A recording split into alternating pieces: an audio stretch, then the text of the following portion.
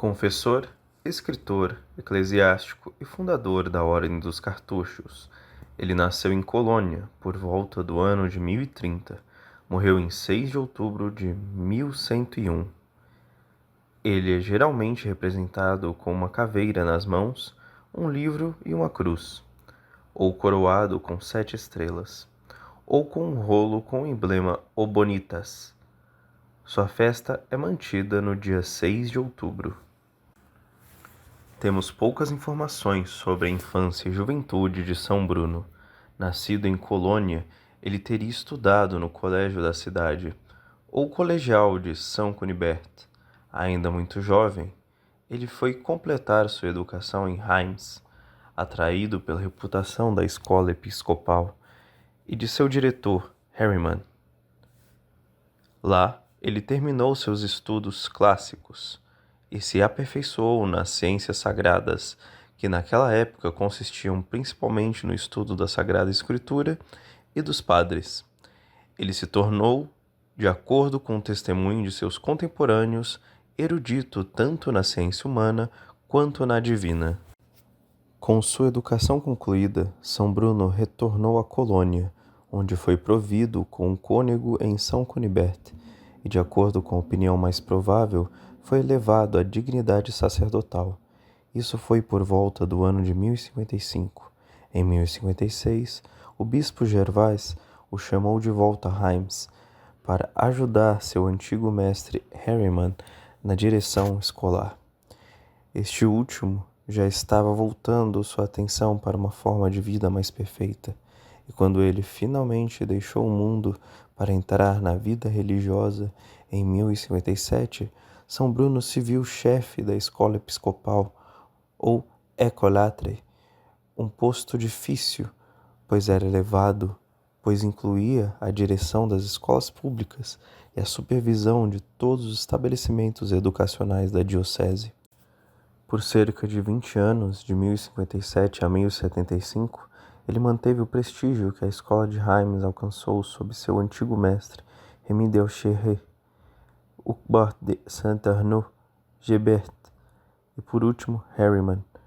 Da excelência de seu ensino, temos uma prova nos títulos fúnebres compostos em sua homenagem, que celebram sua eloquência, seus talentos poéticos, filosóficos e, acima de tudo, exegéticos e teológicos, e também nos méritos de seus alunos, entre os quais estavam Eudes de Chantillon, depois Urbano II, Rangier, o cardeal e bispo de Reggio, Robert, bispo de Langres, e um grande número de prelados e abades. Em 1075, São Bruno foi nomeado chanceler na igreja de Reims e teve então que se dedicar especialmente à administração da diocese. Enquanto isso, o piedoso bispo Gervaux, amigo de São Bruno, foi sucedido por Manassés de Gournay, que rapidamente se tornou odioso por sua impiedade e violência. O chanceler e 2 outros cônegos foram comissionados para levar ao legado papal Hugo de Dire as queixas do clero indignado, e no Concílio de Autun, em 1077, obtiveram a suspensão do indigno prelado. A resposta deste último foi arrasar as casas de seus acusadores, confiscar seus bens, vender seus benefícios e apelar ao Papa. Bruno então se ausentou de Reims por um tempo e foi provavelmente a Roma para defender a justiça de sua causa. Foi somente em 1080 que uma sentença definitiva, confirmada por uma revolta do povo, obrigou Manassés a se retirar e se refugiar com o imperador Henrique IV. Livres então para escolher outro bispo, o clero estava a ponto de unir seu voto ao chanceler.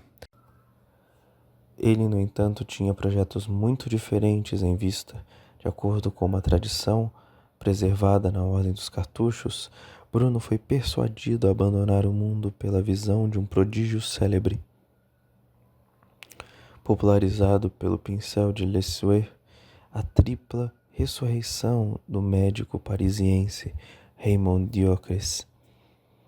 A essa tradição pode ser oposto o silêncio dos contemporâneos e dos primeiros biógrafos do santo. O silêncio do próprio Bruno em sua carta a Raoul de Levert, preboste de Reims, e a impossibilidade de provar que ele já visitou Paris. Ele não precisava de um argumento tão extraordinário para fazê-lo deixar o mundo. Algum tempo antes, quando em conversa com dois de seus amigos, Raoul e Foucault, cônegos de Reims, como ele, eles ficaram tão inflamados com o amor de Deus e o desejo de bens eternos que fizeram um voto de abandonar o mundo e abraçar a vida religiosa. Este voto, proferido em 1077, não pôde ser posto em execução até 1080, devido a várias circunstâncias. A primeira ideia de São Bruno ao deixar Reims parece ter sido colocar a si mesmo e seus companheiros sob a direção de um eminente solitário, São Roberto, que havia recentemente, em 1075, se estabelecido em Moslem, na diocese de Langres, junto com um bando de outros solitários que mais tarde, em 1098, formariam a Ordem Cisterciense. Mas ele logo descobriu que essa não era a sua vocação, e após uma curta estada em Séché-Fontaine, perto de Molesme, ele deixou dois de seus companheiros, Peter e Lambert, e se dirigiu com outros 6 a Hugues de Châteauneuf, bispo de Grenoble, e, de acordo com alguns autores, um de seus alunos.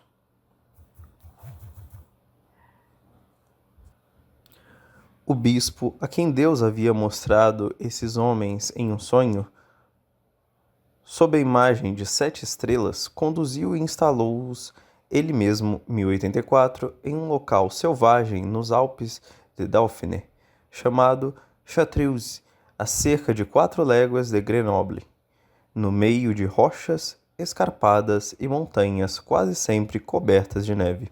Com São Bruno estavam Landuin, os 2 Stefan de Bourgoux e Die, cônegos dos santos Rufo e Hugo, o capelão, todos os homens mais eruditos de seus tempos, e 2 legos, André e Guérin, que mais tarde se tornaram os primeiros irmãos leigos. Eles construíram um pequeno mosteiro, onde viveram em profundo retiro e pobreza, inteiramente ocupados em orações e estudos, e frequentemente honrados pelas visitas de São Hugo, que se tornou como um deles. Seu modo de vida foi registrado por um contemporâneo, Gilbert de Nogent, que os visitou em sua solidão.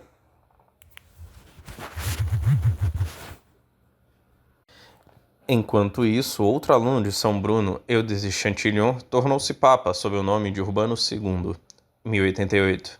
Decidido a continuar o trabalho de reforma iniciado por Gregório VII, e sendo obrigado a lutar contra o antipapa Gilbert de Ravenna e o imperador Henrique IV, ele procurou cercar-se de aliados devotados e chamou seu antigo mestre ad sedes apostolicae servitum.